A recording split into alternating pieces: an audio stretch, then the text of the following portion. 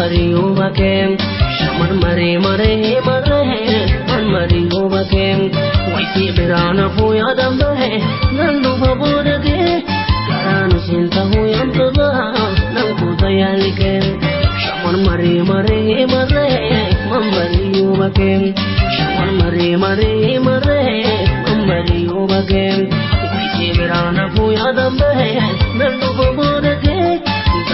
Sinta huya dambe nang kota yanike Karan sinta huya ndola nang kota yanike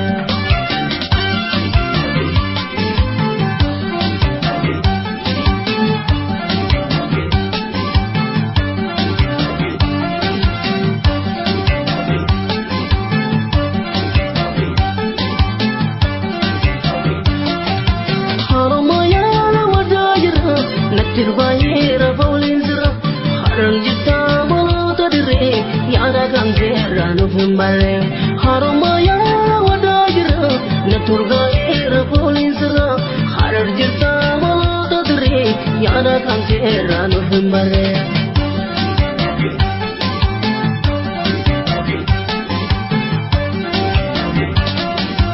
adawaranga jabarani awajira jabarani tagalate kutekarani Madu kabe garani, shira boje dargen.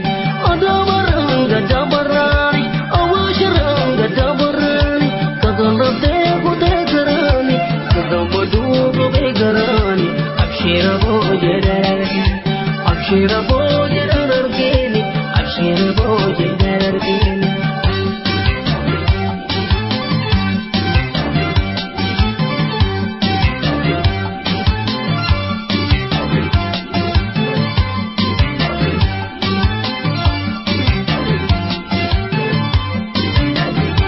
Mare mare mare, mamari umakem.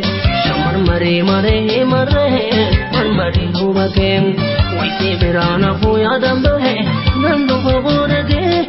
Karanu sinta puya toba, nangu dayalike. Shamar mare mare mare, mamari umakem. Shamar mare mare mare, mamari umakem. Waisi berana puya dambe, nandu babodage. Karanu sinta huya dambe nang kota yanike Karanu sinta huya ndola nang kota yanike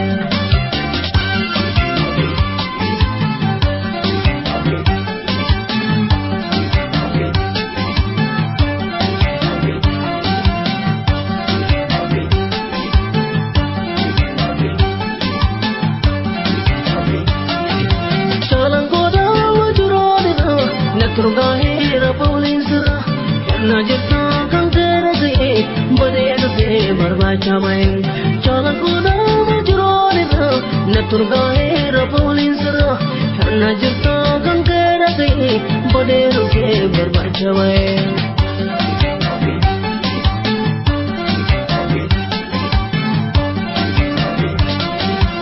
Adawaranga Jabarani, Awajiranga Jabarani, Kagalate Karani, Madu kabe garani, shira boje dargen.